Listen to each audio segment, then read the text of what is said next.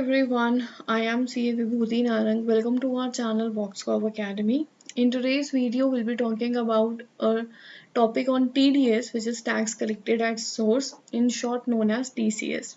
So in this whole video, we'll be dealing on the concepts of TCS. First of all, what is TCS? Then we'll be knowing who is liable to collect TCS on goods, on which goods, as well as at what rates the TCS is liable to be collected. And in the last, we'll be understanding the challan number, the return forms, as well as the certificate number, along with the entries which are required to be passed in the books of collector as well as the collectee. So first of all, we'll understand what is TCS. So TCS is tax collected at source. It is a tax which is payable by the seller, that is the person who is the seller, he collects tax from the buyer at the time of sale. As the tax is collected, so it is known as tax collected at source. When the tax was deducted by the deductor, that is the receiver of service, that was tax deduction, so it was known as TDS and it was deducted. So in this case, the seller is liable to collect from the buyer. So it is tax collected at source, and the section which is governing this topic is 206C of the Income Tax Act. So who is the collector and who is the collectee? The seller is the person who will be collecting the tax, and the buyer is the person who will be the collectee, means who is liable to pay that TCS. Let's suppose the seller made a sale of rupees 10,000, he will be collecting 1% TCS. So the check he will be receiving, it will be of rupees 10,100. Now, what are the types of seller? Starting from the types of seller, the first is the central government, the second is the state government, then any local authority, any corporation, statutory corporation, any company registered under the Companies Act 2013, any partnership firm, cooperative society, or individual or HUF liable to audit. So these are the person who can be the seller under the TCS. Now, what are the TCS rates? So TCS rates are divided into different categories. We'll be discussing about each category and what are the goods which are falling under these categories at their respective rates also. So this is category A. Category A covers alcoholic liquor for human consumption. So if any sale of alcoholic liquor for human consumption is done, the rate is 1%. Sale of tendu leaves, the rate is 5%. Sale of timber wood, whether forest is leased or other than forest leased, will be 2.5%. Then we have forest produce other than timber or tendu leaves. So other than those two, the second one we have done, second and third. Other than that, any other forest produce is there and that is being sold, the tax will be collected at 2.5%. Then minerals like lignite, coal and iron ore, the rate is 1%. And any scrap is sold, the rate is 1%. So this was category A.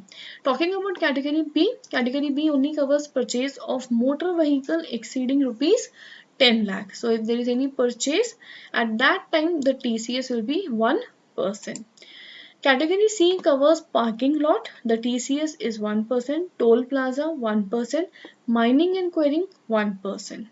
Coming to category D, which is applicable from 1st of October 2020, that is last budget 2020.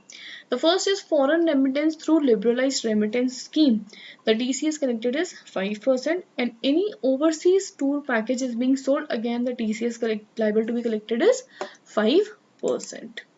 Other than this, a very important section under the category D which was being introduced was if there is a seller whose turnover in the preceding financial year exceed 10 crore and he is selling goods more than value rupees 50 lakh in total, then he is liable to collect 0.1% TCS from the buyer. So in the TCS section and rates, I have covered a detailed video on this, a detailed topic in which I have done the comparison of this section along with the newly introduced section 194Q.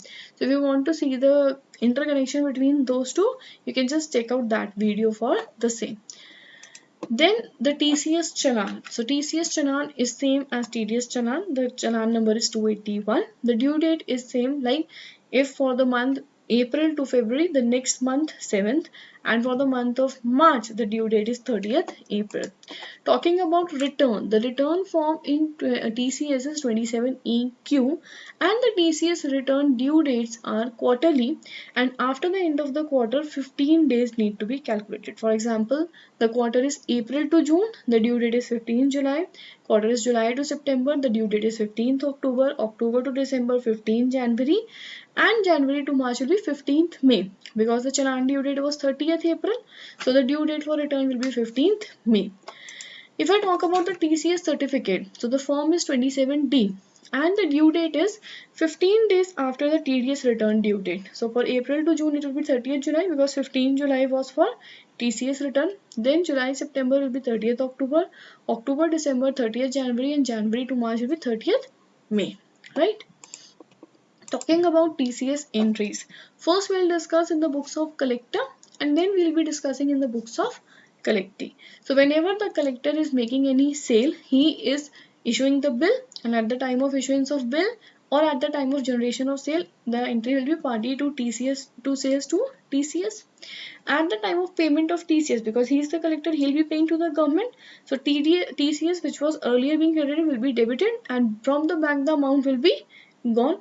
At the time of receipt of payment, that is when you receive your amount of sale from the party, the amount will be bank account debit to party.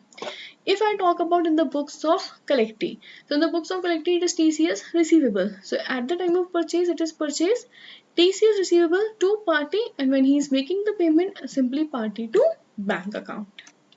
Now, if the entries in the book of collector with GST, if I talk about, at the time of sales, you have party to sales, the output GST you have to collect, along with that you have to collect your TCS. At the time of payment, you'll be paying TCS to bank, and at the time of receipt of payment from the party, bank account debit to party. Obviously, when you're paying your GST, after adjustment, so entry will be output GST to bank or whatever the credit adjustment you are doing.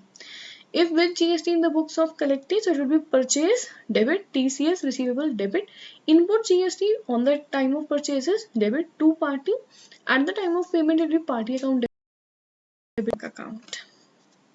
Many of the students, or you can say the subscribers, asked me for the TCS return filing.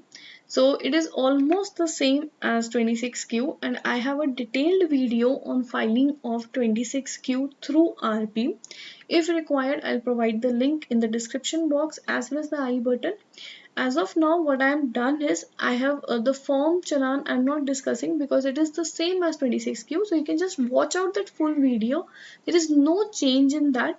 All I'll discussing is the collectee details. So if anyone of you want to know more in detail about this whole RPO process, it is just exactly the same I have in that video.